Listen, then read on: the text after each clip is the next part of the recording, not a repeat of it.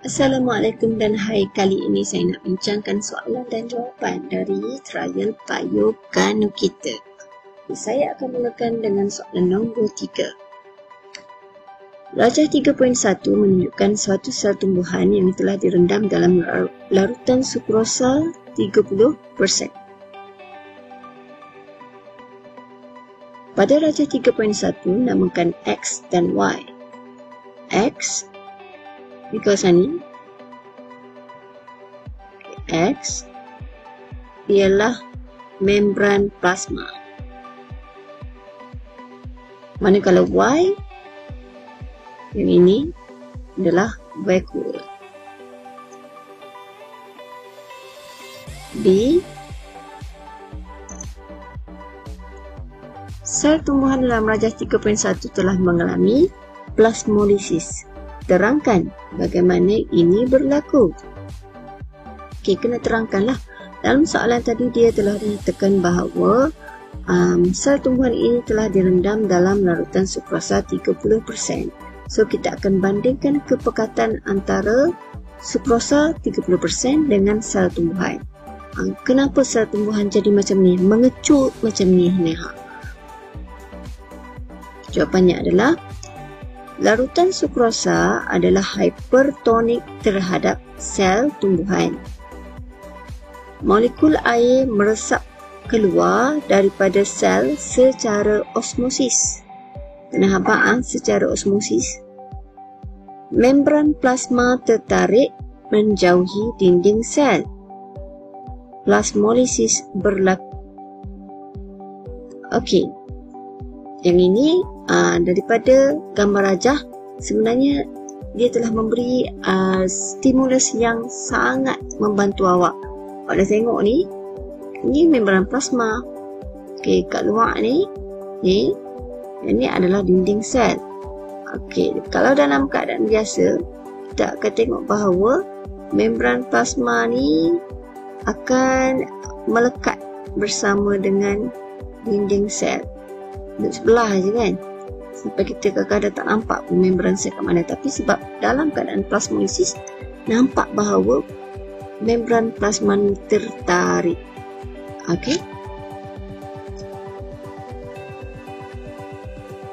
Soalan yang seterusnya, rajah 3.2 menunjukkan beberapa langkah untuk membuat kimchi, iaitu sejenis makanan masyarakat Korea yang telah dijalankan oleh Puan A.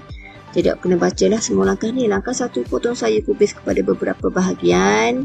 Langkah 2, perapkan garam pada setiap helaian sayur kubis dan biarkan semalaman.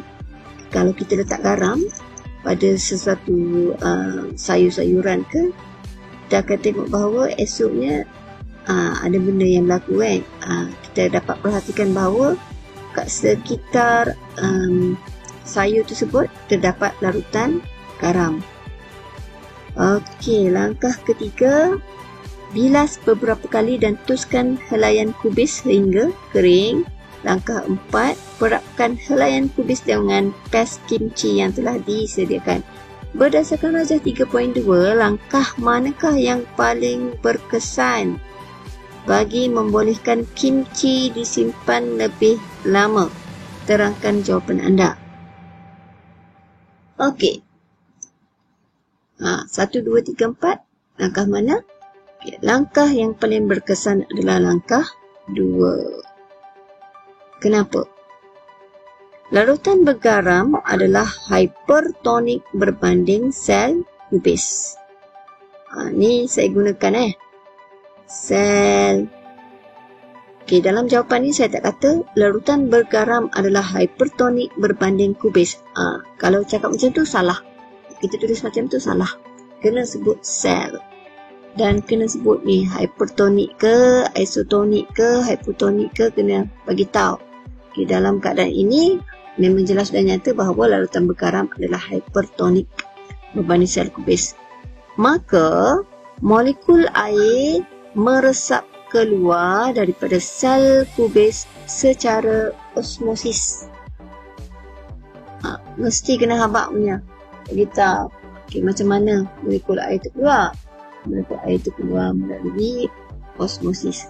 Sel kubis kehilangan air atau sel kubis mengalami dehidrasi. Pilihlah salah satu ayat yang dekat di hati anda. Seterusnya, mikroorganisma tidak dapat membiak.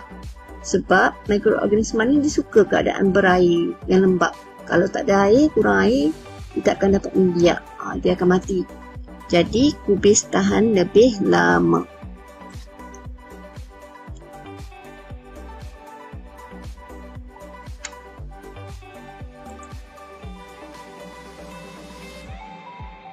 Soalan nombor 5. Rajah 5.1 dan rajah 5.2 menunjukkan proses pengangkutan dalam tumbuhan. Okey, tengok kepada rajah 5.1 dan 5.2, adik duduk. Alright. Berdasarkan rajah 5.1, namakan daya X dan daya Y. Daya X ialah daya lekatan, manakala daya Y adalah daya lekitan. Okay, daya X, daya Y. Okey. Daya X, daya lekatan ini berlaku di antara molekul air dan dinding sel.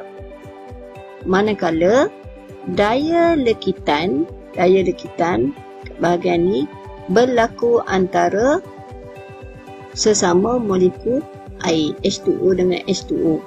Okey.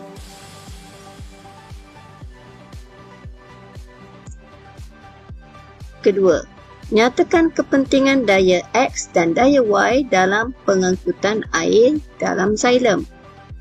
Apa kepentingan dia? Kepentingan dia adalah untuk menghasilkan pergerakan air secara berterusan.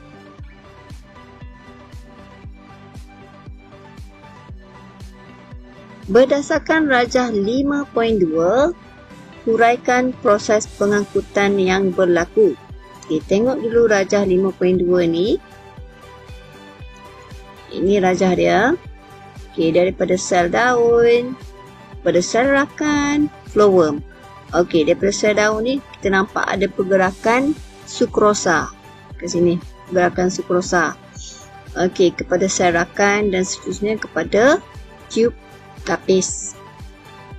Okey, dah tengok macam ni, maksudnya sukrosa ini adalah hasil fotosintesis yang akan diangkut ke sel rakan dan kepada tube tapis sebelum diedarkan kepada seluruh bahagian tumbuhan.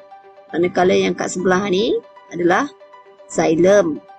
Okey, xylem. Okey, macam mana penerangan tu? Okey.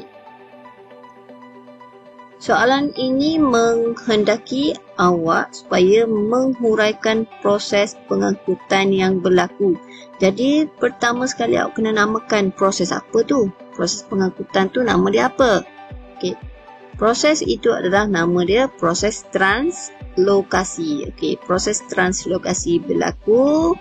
Sukrosa atau asid amino diangkut secara aktif ke dalam tube tapis. Okey, memang secara aktif bukan secara pasif. Maka keupayaan air di dalam tube tapis berkurang. Sebab dah banyak dah banyak sukrosa dan asid amino diangkut ke dalam tube tapis, maka air itu berkurang lah. Oleh itu, air dari xylem meresap masuk ke dalam tube tapis secara osmosis.